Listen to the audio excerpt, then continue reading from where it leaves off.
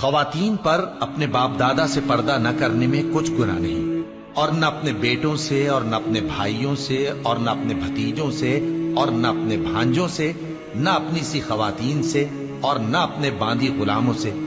اور اے خواتین، اللہ سے ڈرتی رہو، بے شک اللہ ہر چیز سے واقف ہے۔ اللہ اور اس کے فرشتے اس پیغمبر صلی اللہ علیہ وآلہ وسلم پر درود بھیجتے ہیں۔ مومنو، تم بھی ان پر درود بھیجو اور خوب سلام بھیجا کرو۔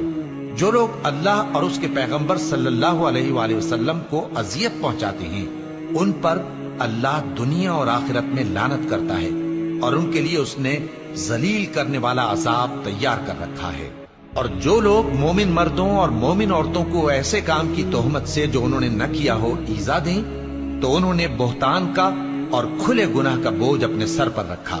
اے پیغمبر صلی اللہ علیہ وآلہ وسلم، اپنی بیویوں اور بیٹیوں اور مسلمانوں کی عورتوں سے کہہ دو کہ باہر نکلا کریں تو اپنے چہروں پر چادر لٹکا کر گھونگھٹ نکال لیا کریں۔ یہ چیز ان کے لیے موجب شناخت و امتیاز ہوگی تو کوئی ان کو ایذا نہ دے گا، اور اللہ بخشنے والا ہے، مہربان ہے۔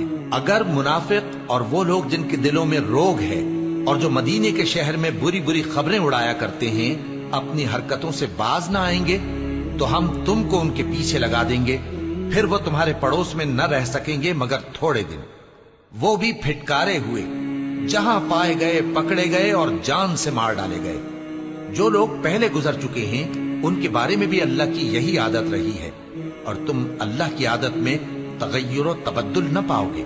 لوگ تم سے قیامت کی نسبت دریافت کرتے ہیں کہ کب آئے گی، کہہ دو کہ اس کا علم اللہ ہی کو ہے، اور تمہیں کیا پتا، ہو سکتا ہے قیامت قریب ہی آ گئی ہو۔ بے شک اللہ نے کافروں پر لعنت کی ہے اور ان کے لیے جہنم کی آگ تیار کر رکھی ہے، اس میں وہ ہمیشہ ہمیشہ رہیں گے، نہ کسی کو دوست پائیں گے اور نہ مددگار۔ جس دن ان کے چہرے آگ میں الٹ پلٹ کیے جائیں گے تو کہیں گے اے کاش ہم اللہ کی فرما برداری کرتے اور رسول صلی اللہ علیہ وآلہ وسلم کا حکم مانتے، اور کہیں گے کہ اے ہمارے پروردگار، ہم نے اپنے سرداروں اور بڑوں کا کہا مانا تو انہوں نے ہم کو رستے سے بھٹکا دیا۔ اے ہمارے پروردگار، ان کو دگنا عذاب دے اور ان پر بڑی لعنت کر۔ مومنو، تم ان لوگوں جیسے نہ ہونا جنہوں نے موسیٰ کو عیب لگا کر رنج پہنچایا تو اللہ نے ان کو بے عیب ثابت کر دیا، اور وہ اللہ کے نزدیک آبرو والے تھے۔ مومنو، اللہ سے ڈرا کرو اور بات سیدھی کہا کرو، وہ تمہارے سب کام سنوار دے گا اور تمہارے گناہ بخش دے گا۔ اور جو شخص اللہ اور اس کے رسول صلی اللہ علیہ وآلہ وسلم کی فرمانبرداری کرے گا تو بے شک بڑی مراد پائے گا۔ ہم نے بار امانت کو آسمانوں اور زمین اور پہاڑوں پر پیش کیا تو انہوں نے اس کے اٹھانے سے انکار کیا اور اس سے ڈر گئے، اور انسان نے اس کو اٹھا لیا، بے شک وہ بڑا ظالم، بڑا جاہل ہے۔ تاکہ اللہ منافق مردوں اور منافق عورتوں اور مشرک مردوں اور مشرک عورتوں کو عذاب دے، اور اللہ مومن مردوں اور مومن عورتوں پر مہربانی کرے، اور اللہ تو بخشنے والا ہے، مہربان ہے۔ شروع اللہ کا نام لے کر جو بڑا مہربان نہایت رحم والا ہے۔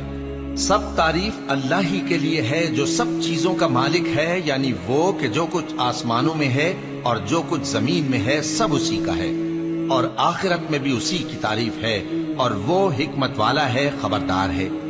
جو کچھ زمین میں داخل ہوتا ہے اور جو اس میں سے نکلتا ہے، اور جو آسمان سے اترتا ہے اور جو اس پر چڑھتا ہے، سب اس کو معلوم ہے، اور وہ مہربان ہے، بخشنے والا ہے۔ اور کافر کہتے ہیں کہ قیامت کی گھڑی ہم پر نہیں آئے گی۔ کہہ دو کیوں نہیں آئے گی؟